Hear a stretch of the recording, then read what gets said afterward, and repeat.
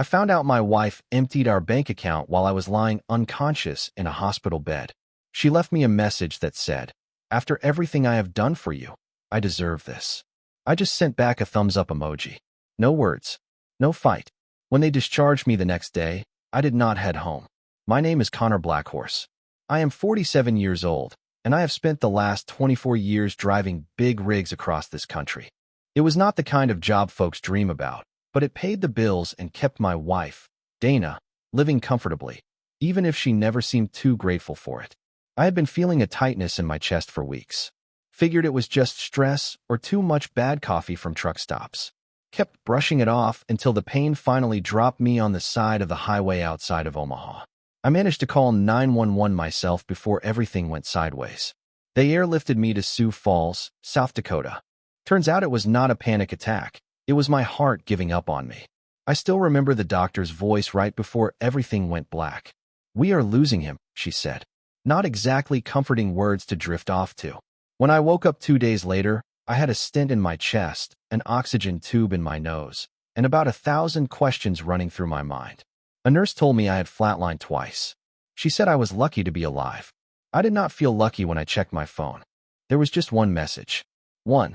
It was from Dana, the woman I had been married to for 16 years. "No, get well soon. No, I am here for you." Just a screenshot of our bank balance, a big fat zero, and a little note underneath. "I deserve this after everything I have done for you." She had taken every last penny. $62,000 and change. My emergency savings, my truck maintenance fund, and the retirement account I had been quietly building over years of missed birthdays and lonely Christmas mornings. All of it gone. I should have been furious. I should have felt something, heartbreak, betrayal, rage, but all I felt was tired. Bone deep tired. So I thumbed back a single emoji and said nothing else.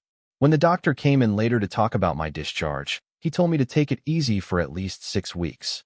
No stress, no driving, plenty of rest. He asked if anyone was picking me up. Yeah, I lied without hesitation. That night, I called my brother, Mason.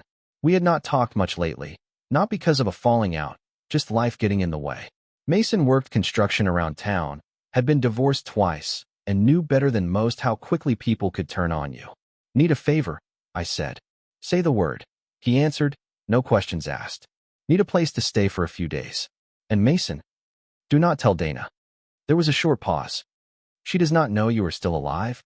"Oh, she knows," I said. "She just does not know I am not coming back." I met Dana all those years ago outside Cheyenne. She had a flat tire on a backroad gas station parking lot. I pulled over, helped her fix it, and she looked at me like I had just walked out of a John Wayne movie. Funny thing about life, the stuff that makes someone admire you at first just becomes the stuff they take for granted later on. We married 6 months after that day. Not reckless, just hopeful. I was 31, she was 28. Old enough to know better, still young enough to think love could weather anything. Dana never liked my time away. 3 weeks on the road, 1 week home. She hated the loneliness but loved the paychecks. At first, we talked every night from whatever truck stop I was at. Over the years, those calls turned into quick check-ins. By the last couple years, it was down to a text, made it to Little Rock. All good. No real conversations. No real connection left. There were signs if I am honest. She stopped asking when I would be home. Started going on girls' trips with friends I never met. But marriage is supposed to be built on trust. And I trusted her. Mason helped me into his spare bedroom. Handed me a sandwich and said I needed to eat. I tried, but everything tasted like cardboard. I sat there thinking about the house. I had refinanced it just 3 months earlier when interest rates dropped. Dana had been too busy to come sign the paperwork, so I did it alone, put it under my name only. She never even asked about it afterward. Another thing she never knew, my medical power of attorney had been switched last year after my buddy Tommy had a stroke. I had my niece, Ashley, Mason's daughter, handle it. Law student, sharp as a tack. Everything was clean and legal. Mason asked again if Dana knew I was with him. I shook my head. "We are going to keep it that way," I said. That night, I just stared at the ceiling, thinking about every time Dana had quietly changed a password or shifted money around for better interest. I had been blind, but not anymore. On the 3rd day staying with Mason, I got a text from our old neighbor, Harold. "Everything all right? Haven't seen you around." Dana's got some fella over at your place. Just like that. No emotion. No shock. Just the cold truth. I sat there with the phone in my hand for a long while. Did not reply. Did not get angry. Just felt the weight of it all settle even deeper. Later that day, Mason drove me downtown to the main branch of our bank. Not the little neighborhood branch where Dana and I had opened our accounts years ago. I asked to speak to someone in fraud. Because I was not finished yet. I sat down with the lady at the bank's main branch and laid it all out. Told her about being in the hospital, out cold for days, and how the money vanished from our joint account without me knowing a thing. She kept her face real professional, but I saw a flicker in her eyes, part pity, part anger for what had been done to me. Mr. Blackhorse, she said carefully, we can open a fraud investigation, but since it was a joint account, it may be tough to pursue. I get it, I said, but I want to try anyway. She nodded and got busy typing on her computer. We will need your hospital records, she added, especially anything showing you were unconscious or medically incapacitated. No problem, I told her. She leaned in slightly. If it becomes a criminal case, we would have to involve law enforcement. I looked her right in the eye. Understood. On the way back to Mason's, we stopped for gas. I stayed put while he fueled up. Through the windshield, I watched a man with two little ones come out of the convenience store, everybody holding ice cream cones, laughing like the world was still good and simple. Want anything? Mason asked through the window. I shook my head. Back at the house, I sat down and made 3 calls. First was to my dispatcher. Told him the doctor had pulled me off the road for a while, maybe longer. Second was to my credit union, where I kept a little side account for contract gigs. Third was to Mason's buddy Blake, a lawyer who owed him a few favors. I need to know where I stand, I told Blake. House, bank accounts, everything. He agreed to meet the next day. After I hung up, I pulled out my old laptop and logged into the accounts Dana never knew about. Not because I had been hiding them. She just never cared enough to ask about investments, savings, the boring stuff that makes a life steady. While I was checking balances, another text came through. From Dana. Where are you? Your truck's not at the depot. Did they tell you I came by? I did not answer. 5 minutes later, another message. Cameron, this is ridiculous. You can't just disappear. We need to talk. I turned the phone face down on the table. Mason glanced over from the kitchen. She trying to get in touch? He asked. Yeah, I said. You going to answer? I closed the laptop. Not yet. That night, I put on a jacket and took a walk through Mason's neighborhood. Cool air. Stars poking through the city lights. First time in weeks my chest did not ache. And somewhere in that walk, I found it, that switch in my mind. I was not angry anymore. Not broken either. I was just plain done. And in being done, there was a kind of freedom I had not felt in years. Dana had not just stolen my money. She had handed me back my life. 1 week after getting out of the hospital, I went home. Middle of the day when I knew she would be at work. Used my old key. Walked through the front door like I was just back from another long haul. The place smelled wrong. Cologne that was not mine. 2 empty wine bottles in the recycling bin. 2 dirty glasses sitting in the dishwasher. I did not linger. Packed a duffel bag with some clothes, grabbed my important papers, and pulled the small lockbox from the closet, the one with my passport, my birth certificate, the stuff you cannot replace. Before I left, I noticed the wedding photo that had always sat on the entry table was gone. Not just moved, gone. It said everything without a word. Back at Mason's, Blake met me at the kitchen table. Stacks of paperwork between us. He flipped through the refinancing agreement first. The house is all yours, he said, tapping the document. You refinanced in only your name, and given your medical event, you have a strong claim to sole ownership. And the money? I asked. Blake frowned a little. That part is messy. Joint accounts usually mean joint rights, but, he pointed at the statements, clearing it out while you were incapacitated could be considered financial exploitation of a vulnerable adult. I nodded slowly. And if I want out of the marriage? South Dakota is equitable division. Given the circumstances, you are in a good spot for a favorable settlement. He slid a pen across the table. I will start drafting the paperwork. From now on, do not engage with her directly. Everything goes through me.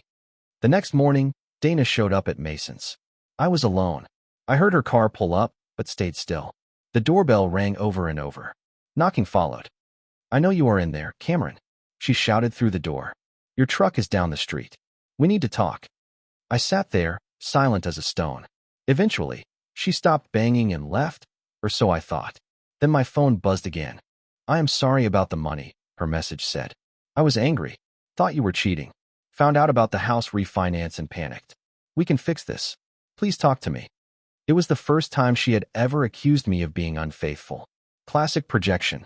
I set the phone down again without responding. Later that day, Blake called. She has lawyered up, he said. Hired Patricia Wells. I knew the name. One of the toughest divorce attorneys in the whole state. The kind that went after everything. House, retirement, future paychecks. What does that mean for us? I asked. It means we are in a fight, he said. Wells is already spinning a story that you abandoned her during a health crisis. She is painting you as unstable. I exhaled slowly, steadying myself. So what now? Now we stay ahead of them, Blake said firmly. I have filed for an emergency hearing over the stolen funds. We drew Judge Harmon. He does not look kindly on this kind of situation. After the call ended, I sat there for a long time, thinking. Then I called my niece Ashley. Law student, smart, and loyal. I had something very particular I needed her help with. That evening, I decided to take a slow drive past the house. Sure enough, Dana's car was parked out front like usual. But next to it was a black Audi I had never seen before. I circled the block once, watching from a distance, then headed back to Mason's place. As I pulled into his driveway, my phone buzzed. It was a message from a number I did not recognize. This is Patricia Wells, legal representative for Dana Doyle. Any further attempts to surveil or approach my client will be documented as harassment. Please direct all communications through legal counsel. So, they were watching me now? I was watching them, and they were watching me. And just like that, it was clear we were at war now. 2 weeks after that first meeting with Blake, we stood in court for the emergency hearing about the stolen money. Dana showed up dressed sharp, standing next to Patricia Wells, who looked every bit the shark she was rumored to be. I wore my old funeral tie, the one I kept stuffed in my truck cab for unexpected occasions.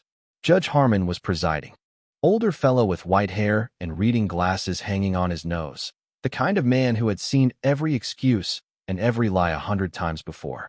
He reviewed the paperwork in front of him slowly, lifting his eyes now and then to look at me, then at Dana. Finally, he spoke. Ms. Wells, he said, your client emptied the joint accounts while Mr. Doyle was hospitalized after a life-threatening cardiac event. Is that correct? Patricia Wells stood up, smooth as a cat. Yes, Your Honor. My client had full access to the accounts. Furthermore, Mr. Doyle refinanced their marital home without informing Mrs. Doyle, an act we argue was financial misconduct. The judge slid his glasses off and gave her a hard look. I am not asking about the house at the moment, counselor, he said. I am asking whether your client knew Mr. Doyle was hospitalized when she took every dime out of their accounts. Dana leaned over and whispered something fast into Wells's ear. Wells cleared her throat. Yes, Your Honor. Mrs. Doyle knew. However, she was under emotional duress and acted in what she believed was self-protection. Judge Harmon shook his head slightly. Funny time to protect oneself, while your husband lies unconscious in a hospital bed. He shuffled some papers again. Here's the ruling. I am freezing the funds immediately. Neither party will access them until the divorce is settled. Not a total win, but it kept Dana from draining what was left. I would take it. As we left the courtroom, Dana tried to catch my eye. She even took a half step toward me before Wells pulled her back. Cameron, please, Dana said, voice low and shaky. There's a lot you do not understand. I walked right past her without a glance. Outside on the courthouse steps, Blake was in good spirits. This is only the first inning, he said. Now we dig deeper. Discovery? I asked. Blake nodded. Exactly. We get to see everything now. A week later, I was sitting in Blake's office when he slid a thick folder across the desk toward me. Got something you will want to see, he said. Inside were bank statements, from an account I had never seen before. Dana's name was right there on it. The balance? Over $127,000. Where the hell did this come from? I asked. Your niece Megan found it, Blake said, grinning like a proud uncle. Her internship at the credit union gave her a few clues. This account was opened 18 months ago, with deposits just under 10 grand each time, right below the flagging threshold. Classic, I muttered. Blake tapped another sheet of paper. The timing matches your long-haul trips. Every time you were out on the road, Another deposit got made. I leaned back in the chair, feeling it all settle in my gut. She has been planning for this for a year and a half. Blake shook his head. Maybe not planning to leave you. More like building an escape hatch if you left her. Why would I leave her? I said, my voice sharper than I intended. I was killing myself working to give her a good life. Blake pulled out one last piece of paper, a hotel receipt from a fancy place up in Minneapolis, dated 3 months back. I had been across the country that week, in Seattle. The name on the reservation? Harold Jensen, our neighbor. The same Harold who had been texting me concerned messages about strange cars at my house. Blake's face was grim. Harold and Dana were not just neighbors. They have been involved for a while, setting you up, covering their tracks. The betrayal hit me like a cold slap. What's our move? I asked, standing up. Blake smiled for the first time that day. Now, we make them wish they had never crossed you. The next month, I focused on 2 things, getting my strength back and helping Blake gather everything we needed. Megan proved invaluable, connecting dots, tracing money trails. All legal, all above board. One night, Megan called with an update. That secret account? Harold has limited access. Not joint, but he is listed as an authorized user. And she added, they have started moving money again. Small amounts. Different banks. Different states. I knew exactly what that meant.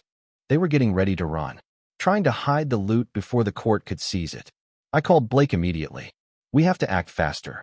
He agreed, but warned, we cannot let them know we are onto them yet. So what is the plan? I asked. We need leverage, he said, his voice steady. Something to stop them cold. The very next day, I drove to the house again. Did not go inside, just stayed outside the property line and snapped pictures of everything. The new shed Harold had built last summer, the fancy new landscaping that magically appeared while I was on the road, all paid for with my hard-earned money.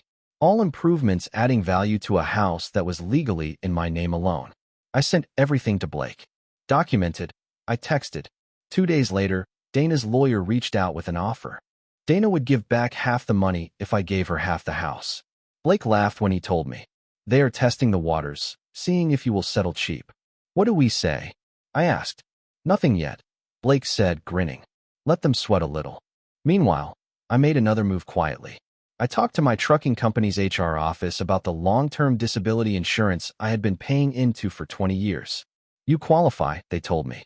60% of your salary for up to a year. No questions asked, given your health situation. I filed for it that same afternoon. Another source of income Dana had no idea existed, and one that would not be touched in the divorce. The next week, Mason drove me past the house again. But this time, something new caught my eye. The first sign was the big for sale sign stuck in Harold's front yard. Jeff spotted it before I did. Looks like Harold's bailing, he said. I just nodded. Call Megan, I told him. An hour later, Megan confirmed what we already figured. Harold had cleared his bank accounts 2 days earlier, pulled nearly $90,000 in cashier's checks. I grabbed my phone and called Blake right away. We need to move, I said. Harold's selling his house. No doubt Dana's planning to leave town with him. Blake didn't waste a second. I'll file for an emergency injunction first thing tomorrow, he said. We will freeze all assets and stop any property sales until the courts sorts this out. The next morning, before I even got out of bed, a text came through from Dana. We need to talk. Just you and me. No lawyers. I showed the message to Jeff over breakfast. He grinned. They're getting scared. I nodded. Good. I forwarded the text straight to Blake, who replied, do not answer her. Be at the courthouse by 2. At about 1:30 that afternoon, I pulled into the courthouse parking lot and spotted Dana and Harold arguing a few cars down. They were in each other's faces, heated, oblivious to the fact that I was right there watching. I stayed back, pulled out my phone, and recorded a quick 30-second clip. Inside the courthouse, Blake was waiting for me. I showed him the video. He smiled. Perfect timing, he said. Judge Harmon's already in a foul mood today. Let's give him something else to chew on. This time, we were in Judge Harmon's private chambers. No jury, no gallery. Just Blake, me, Dana, her lawyer Wells, and the judge himself. Blake played the video on the judge's computer. No audio, but it didn't matter. Their body language said enough. When it ended, Judge Harmon leaned forward. Ms. Wells, Would you like to explain why your client has repeatedly denied any relationship with Mr. Jensen under oath? Wells stammered a bit. Your Honor, we believe the nature of their friendship is not relevant to financial proceedings. The judge's eyebrows lifted. It becomes very relevant when there are accusations of financial fraud. He turned his full attention to Dana. Mrs. Doyle, are you preparing to leave the state with Mr. Jensen? Dana's face drained of color. I do not, she stuttered. Let me make this simpler. The judge continued, voice sharp. The court now has evidence that you and Mr. Jensen have been moving significant funds, selling assets, and that you withdrew substantial money while your husband was incapacitated in a hospital bed. That paints a very clear picture. He looked straight at the two lawyers. Effective immediately, all assets connected to Dana Doyle and Harold Jensen are frozen. Neither of them may leave the county without direct court approval. Then he turned to me. Mr. Doyle, given your health and the financial exploitation against you, you are hereby granted exclusive use of the marital home for the duration of these proceedings. I caught the slight gasp Dana made. She started to say something, but the judge cut her off. Be grateful I am not recommending criminal charges right now, he said sternly. Blake gathered up our paperwork, looking about as pleased as a lawyer can get without gloating. Outside the courtroom, Dana tried to catch my eye again. This time, the fear was written plain across her face. But I walked past her like she was a stranger. 3 months after the heart attack, I moved back into the house. Well, my house now. The divorce wrapped up faster than anyone expected after that hearing. Dana did not put up much of a fight once Harold bolted and left her to deal with the wreckage alone. In the final settlement, I got the house, my truck, and 80% of the remaining savings. Dana got her car and 20%. The hidden account got split 50-50, but she had to use her share to cover my attorney's fees. I never spoke to her directly again. Every word went through the lawyers. Last I heard, she moved up to Minneapolis. Starting fresh, I guess. Good luck with that. I sold the house 6 months later. Too many ghosts in those walls. Bought a smaller place closer to Jeff and Megan. Took some of the money and helped Megan with her law school tuition. She is going to be one heck of an attorney, no doubt about that. I do not drive long haul anymore. Doctor said the stress was too much for my heart. Now I dispatch from an office. It is quieter than life on the road, but I have learned to appreciate quiet. People ask me sometimes if I am angry about everything that happened. Truth is, I am not. Not anymore. You cannot control what others do. You can only control how you respond. Dana thought she had taken everything from me the day she drained that account.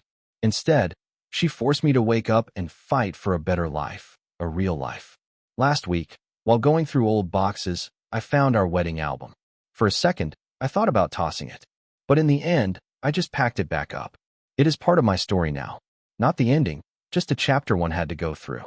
The heart attack nearly killed me. The betrayal nearly broke me. But I am still standing. Maybe a little different. Maybe a little stronger. Some lessons hurt. Some people you lose for a reason. And sometimes, just sometimes, the life you rebuild ends up better than the one you lost.